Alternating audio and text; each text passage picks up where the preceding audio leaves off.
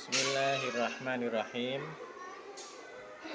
Ini kami sampaikan sedikit kesimpulan dari rangkuman sejarah Kerajaan Cirebon pra-Islam.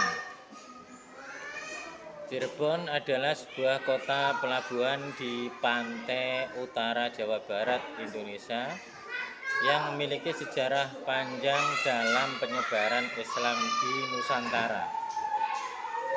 Sebagai pusat perdagangan dan pertemuan berbagai budaya, Cirebon menjadi tempat yang strategis bagi penyebaran agama Islam pada abad ke-15 dan ke-16.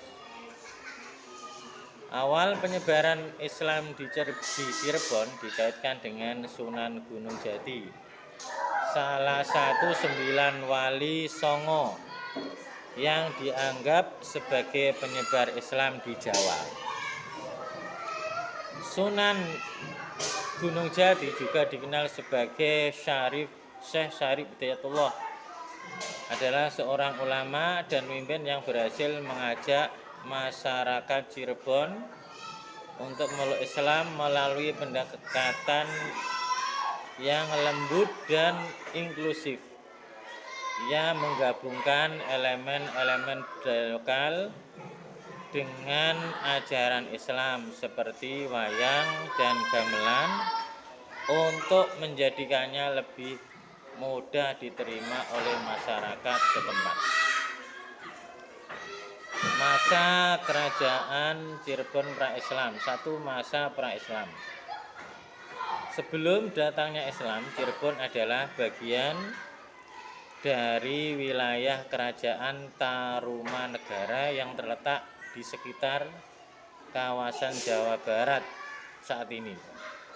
Kerajaan ini merupakan salah satu kerajaan Hindu-Buddha pertama di Pulau Jawa pada abad ke-5. Cirebon sendiri merupakan salah satu daerah penting dalam kerajaan ini. Cirebon pra-Islam awalnya adalah sebuah daerah yang bernama Tegal Alang-alang, yang kemudian disebut Lemah Wungkuk, dan setelah dibangun oleh Pangeran Walasungsang diubah namanya menjadi Cirebon. Menjadi Caruban.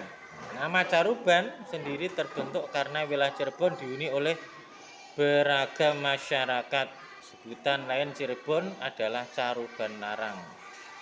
Pada perkembangannya Caruban berubah menjadi Cirebon karena kebiasaan masyarakatnya sebagai nelayan yang membuat terasi udang dan petis, masakan berbahan dasar air rebusan udang atau cai rebon.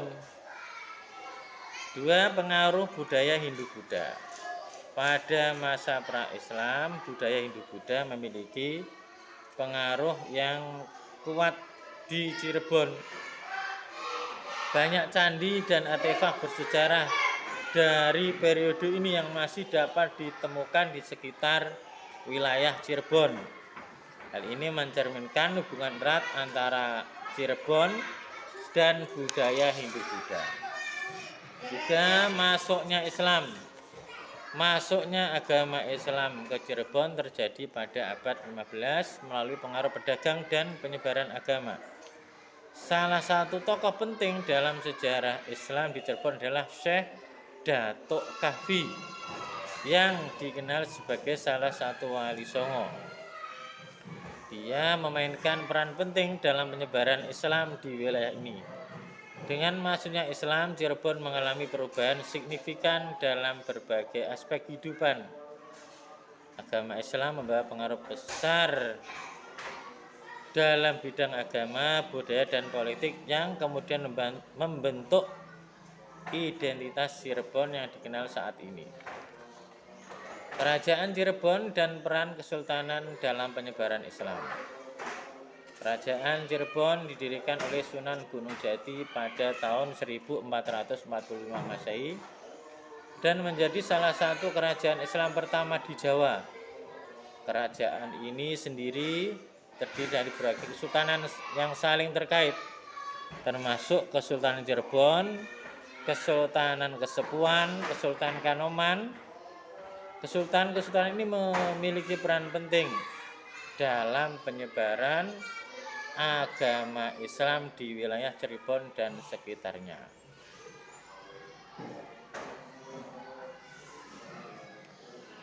Warisan.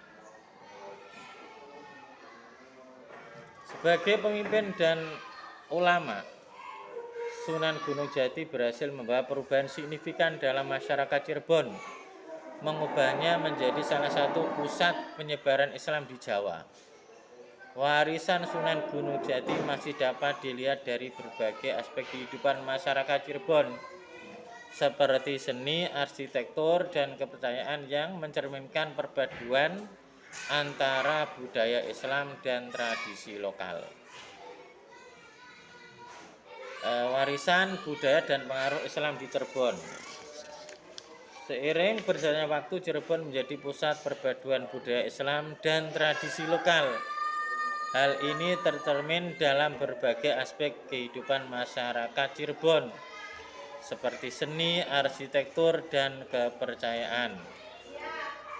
Salah satu contoh warisan budaya yang dipengaruhi oleh Islam adalah batik Cirebon.